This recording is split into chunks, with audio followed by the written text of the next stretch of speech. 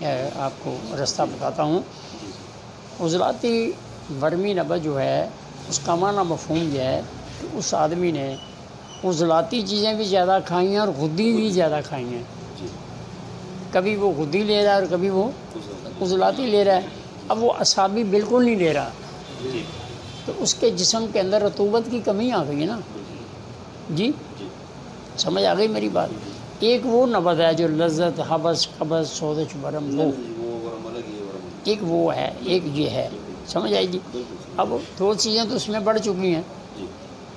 अब आपने उसको रतूबत देनी है, आपने उसको 5 और 6 करना है।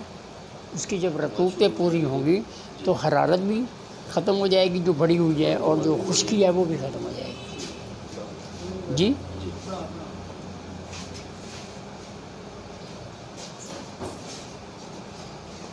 तो ये वर्मी शक्ल की एक करामत है। और क्या सवाल रह गया जी आपका?